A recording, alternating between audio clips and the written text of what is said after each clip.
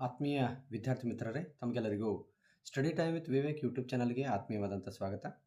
ಆತ್ಮೀಯರೇ, ಇವತ್ತಿನ ನಮ್ಮ ಈ ವಿಡಿಯೋದಲ್ಲಿ ನಾವು 10ನೇ ತರಗತಿಯ ವಿದ್ಯುತ್ ಶಕ್ತಿ ಪಾಠದ ಪಠ್ಯಾಧಾರಿತ ಮೌಲ್ಯಾಂಕನ ಘಟಕ ಪರೀಕ್ಷೆ ಒಂದು ಮಾದರಿ ಪ್ರಶ್ನೆ ಪತ್ರಿಕೆ ಮತ್ತು ಮಾದರಿ ಉತ್ತರಗಳನ್ನು ನೋಡ್ತಾ ಹೋಗೋಣ. ಸೊ ಮೊದಲನೇದಾಗಿ ಬಹುಆಯ್ಕೆಯ ಪ್ರಶ್ನೆಗಳು. ಕೆಳಗಿನ ಪ್ರತಿಯೊಂದು ಪ್ರಶ್ನೆಗೆ ಅಥವಾ ಅಪೂರ್ಣ ಹೇಳಿಕೆಗೆ 4 ಪರ್ಯಾಯ ಉತ್ತರಗಳನ್ನು ನೀಡಲಾಗಿದೆ. ಅವುಗಳಲ್ಲಿ ಸೂಕ್ತವಾದ ಉತ್ತರವನ್ನು ಆರಿಸಿ ಕ್ರಮಾಕ್ಷರದೊಂದಿಗೆ ಪೂರ್ಣ ಉತ್ತರವನ್ನು ಬರೆಯಿರಿ. 1 ಅಂಕದ 3 ಬಹು ಆಯ್ಕೆಯ ಪ್ರಶ್ನೆಗಳು. ಮೊದಲನೇ ಪ್ರಶ್ನೆ, ವಿದ್ಯುತ್ ಮಂಡಲದಲ್ಲಿ ರೋಧವನ್ನು ಬದಲಾಯಿಸಲು ಉಪಯೋಗಿಸುವ ಸಾಧನ. ಆಯ್ಕೆಗಳು ಅಮಿಟರ್, ರಿಯೋಸ್ಟ್ಯಾಟ್, ಗ್ಯಾಲ್ವನೋಮೀಟರ್, ವೋಲ್ಟ್ಮೀಟರ್. ಸೊ ಸರಿಯಾದ ಆಯ್ಕೆ ರಿಯೋಸ್ಟ್ಯಾಟ್. ಮುಂದಿನ ಪ್ರಶ್ನೆ, ಒಂದು ವಿದ್ಯುತ್ ಹೀಟರ್ ವಿದ್ಯುತ್ ಮೂಲದಿಂದ 4 ಆಂಪಿಯರ್ ವಿದ್ಯುತ್ ಸೆಳೆಯುವಾಗ ಅದರ ತುದಿಗಳ ನಡುವಿನ ವಿಭವಾಂತರ 60 ವೋಲ್ಟ್ ಆದರೆ ಸದರಿ ವಿದ್ಯುತ್ ಹೀಟರ್ನ ಸುರುಳಿಯ ರೋಧ.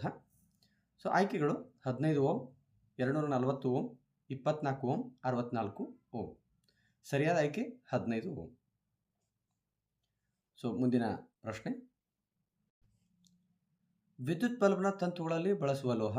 ಆಯ್ಕೆಗಳು ಮ್ಯಾಂಗನೀಸ್, ಟಂಗ್ಸ್ಟನ್, ನಿಕ್ಕಲ್, ಕ್ರೋಮಿಯಂ.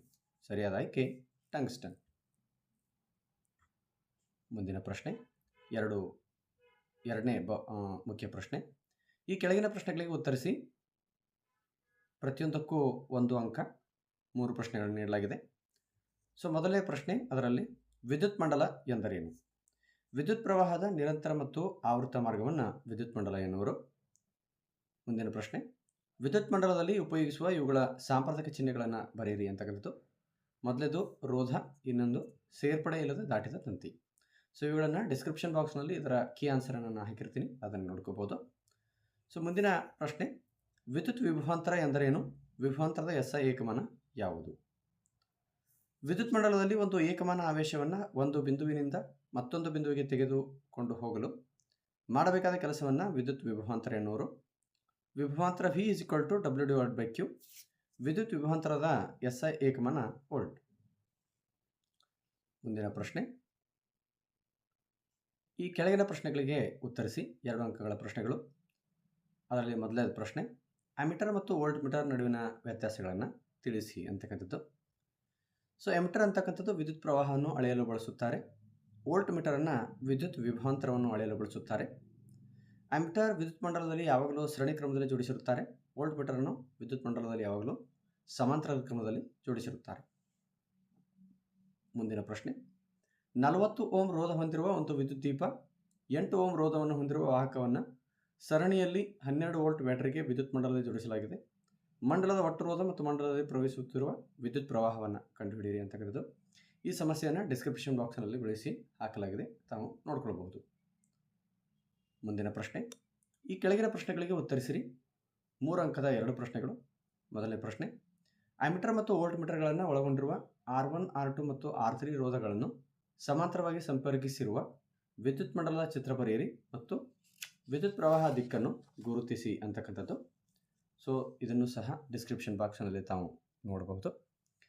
10ನೇ ಪ್ರಶ್ನೆ, ವಿದ್ಯುತ್ ಉಪಕರಣಗಳನ್ನು ಸರಣಿ ಕ್ರಮದಲ್ಲಿ ಜೋಡಿಸುವುದಕ್ಕಿಂತ ಸಮಾಂತರವಾಗಿ ಜೋಡಿಸುವುದು ಅನುಕೂಲ ಏಕೆ ಅಂತಕ್ಕಂಥದ್ದು. ಸಮಾಂತರ ಜೋಡಣೆಯಲ್ಲಿ ಯಾವುದಾದರೂ ಒಂದು ಘಟಕ ವಿಫಲವಾದರೆ ಮಂಡಲವು ಕಡಿದು ಹೋಗುವುದಿಲ್ಲ ಮತ್ತು ಉಳಿದ ಘಟಕಗಳು ಕಾರ್ಯನಿರ್ವಹಿಸುತ್ತವೆ. ಸಮಾಂತರ ಜೋಡಣೆಯಲ್ಲಿ ಪ್ರತಿಯೊಂದು ವಿದ್ಯುತ್ ಉಪಕರಣಗಳನ್ನು ಪ್ರತ್ಯೇಕವಾಗಿ ಉಪಯೋಗಿಸಬಹುದು. ಸಮಾಂತರ ಜೋಡಣೆಯಲ್ಲಿ ವಿದ್ಯುತ್ ಮಂಡಲದ ಒಟ್ಟು ರೋಧವು ಕಡಿಮೆಯಾಗುತ್ತದೆ. ಸಮಾಂತರ ಜೋಡಣೆಯಲ್ಲಿ ವಿದ್ಯುತ್ ಉಪಕರಣಗಳ ಮೂಲಕ ವಿದ್ಯುತ್ ಪ್ರವಾಹವನ್ನು ವಿಭಜನೆ ಆಗುತ್ತದೆ. ಮುಂದಿನ ಪ್ರಶ್ನೆ, 4 ಅಂಕದ 1 ಪ್ರಶ್ನೆ. 11ನೇ ಪ್ರಶ್ನೆ, ಅದರಲ್ಲಿ ಉಪಪ್ರಶ್ನೆ ಎ, ಓಮ್ನ ನಿಯಮವನ್ನು ನಿರೂಪಿಸಿ ಅಂತಕ್ಕಂಥದ್ದು. 2ನೇದ್ದು, ರೋಧ ಎಂದರೇನು? ವಾಹಕದ ರೋಧವು ಅವಲಂಬಿಸಿರುವ ಅಂಶಗಳನ್ನು ತಿಳಿಸಿ ಅಂತಕ್ಕಂಥದ್ದು. ಸ್ಥಿರವಾದ ತಾಪದಲ್ಲಿ ವಿದ್ಯುತ್ ಮಂಡಲದಲ್ಲಿರುವ ವಾಹಕ ತಂತಿಯ ವಿದ್ಯುತ್ ವಿಭವಾಂತರ ವಿಯು ತಂತಿಯ ಮೂಲಕ ಹರಿಯುವ ವಿದ್ಯುತ್ ಪ್ರವಾಹಕ್ಕೆ ನೇರ ಅನುಪಾತದಲ್ಲಿರುತ್ತದೆ. ಇದನ್ನು ಓಮ್ನ ನಿಯಮ ಅಂತೇಳಿ ಕರೀತಾರೆ. ಸೊ ವಿ ನೇರ ಅನುಪಾತ I, V/I = ಸ್ಥಿರಾಂಕ R ಅಥವಾ V = I × R. ಇನ್ನು ವಾಹಕದಲ್ಲಿ ಪ್ರವಹಿಸುವ ವಿದ್ಯುತ್ ಆವೇಶಗಳಿಗೆ ತಡೆ ಉಂಟು ಮಾಡುವುದನ್ನು ರೋಧ ಅಂತೇಳಿ ಕರೀತಾರೆ. ವಾಹಕದ ರೋಧವು ಅವಲಂಬಿಸಿರುವ ಅಂಶಗಳು: ವಾಹಕದ ಉದ್ದ, ವಾಹಕದ ಅಡ್ಡಕೊಯ್ತ, ವಸ್ತುವಿನ ಪ್ರಾಕೃತಿಕ ಗುಣ ಮತ್ತು ತಾಪ. ಇನ್ನು 5ನೇ ಮುಖ್ಯ ಪ್ರಶ್ನೆ, ಕೆಳಗಿನ ಪ್ರಶ್ನೆಗಳಿಗೆ ಉತ್ತರಿಸಿ. ಅದರಲ್ಲಿ ಮೊದಲೇದು, ಜೌಲನ ಉಷ್ಣೋತ್ಪಾದನಾ ನಿಯಮವನ್ನು ನಿರೂಪಿಸಿ ಅಂತಕ್ಕಂಥದ್ದು. ರೋಧಕದಲ್ಲಿ ಉತ್ಪತ್ತಿಯಾದ ಉಷ್ಣವು ಪ್ರವಹಿಸುತ್ತಿರುವ ವಿದ್ಯುತ್ ಪ್ರವಾಹದ ವರ್ಗಕ್ಕೆ ನೇರ ಅನುಪಾತದಲ್ಲಿರುತ್ತದೆ. ರೋಧಕ್ಕೆ ನೇರ ಅನುಪಾತದಲ್ಲಿರುತ್ತದೆ. ವಿದ್ಯುತ್ ಪ್ರವಾಹದ ಕಾಲಕ್ಕೆ ನೇರ ಅನುಪಾತದಲ್ಲಿರುತ್ತದೆ. So H=I²RT. ಇನ್ನು ಅದರಲ್ಲಿ ಬಿ ಪ್ರಶ್ನೆ, ವಿದ್ಯುತ್ ಉಷ್ಣೋತ್ಪಾದನಾ ಸಾಧನಗಳಾದ ವಿದ್ಯುತ್ ಇಸ್ತ್ರಿಪೆಟ್ಟಿಗೆ, ಟೋಸ್ಟರ್ಗಳಲ್ಲಿ ಮಿಶ್ರಲೋಹಗಳನ್ನು ಬಳಸಲಾಗುತ್ತದೆ. ಈ ಹೇಳಿಕೆಯನ್ನು ಸೂಕ್ತ ಕಾರಣಗಳೊಂದಿಗೆ ಸಮರ್ಥಿಸಿ ಅಂತಕ್ಕಂಥದ್ದು. ವಿದ್ಯುತ್ ಉಷ್ಣೋತ್ಪಾದನಾ ಸಾಧನಗಳಾದ ವಿದ್ಯುತ್ ಇಸ್ತ್ರಿಪೆಟ್ಟಿಗೆ, ಟೋಸ್ಟರ್ಗಳಲ್ಲಿ ಮಿಶ್ರಲೋಹಗಳನ್ನು ಬಳಸಲಾಗುತ್ತದೆ. ಈ ಹೇಳಿಕೆಯನ್ನು ಸೂಕ್ತ ಕಾರಣಗಳೊಂದಿಗೆ ವಿವರಿಸಿದಾಗ, ಮಿಶ್ರಲೋಹದ ರೋಧಶೀಲತೆಯು ಅದರ ಘಟಕ ಲೋಹಗಳಿಗಿಂತ ಹೆಚ್ಚಾಗಿರುತ್ತದೆ. ಮಿಶ್ರಲೋಹಗಳು ಹೆಚ್ಚಿನ ತಾಪಮಾನದಲ್ಲಿ ಸುಲಭವಾಗಿ ದಹಿಸುವುದಿಲ್ಲ ಮತ್ತು ಮಿಶ್ರಲೋಹಗಳು ಹೆಚ್ಚಿನ ದ್ರವಣ ಬಿಂದುವನ್ನು ಹೊಂದಿರುತ್ತವೆ. ಇನ್ನು ಕೊನೆಯ ಪ್ರಶ್ನೆ ಸಿ, ವಿದ್ಯುತ್ ಮಂಡಲದಲ್ಲಿ ಫ್ಯೂಸ್ ಅನ್ನು ಹೇಗೆ ಜೋಡಿಸಬೇಕು? ಜೌಲ್ನ ಉಷ್ಣೋತ್ಪಾದನಾ ನಿಯಮದ ಅನ್ವಯ ವಿದ್ಯುತ್ ಮಂಡಲದಲ್ಲಿ ಫ್ಯೂಸ್ ಹೇಗೆ ಕಾರ್ಯನಿರ್ವಹಿಸುತ್ತದೆ? ಫ್ಯೂಸ್ ಅನ್ನು ವಿದ್ಯುತ್ ಮಂಡಲದಲ್ಲಿ ಸರಣಿ ಕ್ರಮದಲ್ಲಿ ಜೋಡಿಸಲಾಗಿರುತ್ತದೆ. ಫ್ಯೂಸ್ ಕಡಿಮೆ ದ್ರವಣ ಬಿಂದು ಹೊಂದಿರುವ ಲೋಹದ ತಂತಿಯನ್ನು ಹೊಂದಿರುತ್ತದೆ.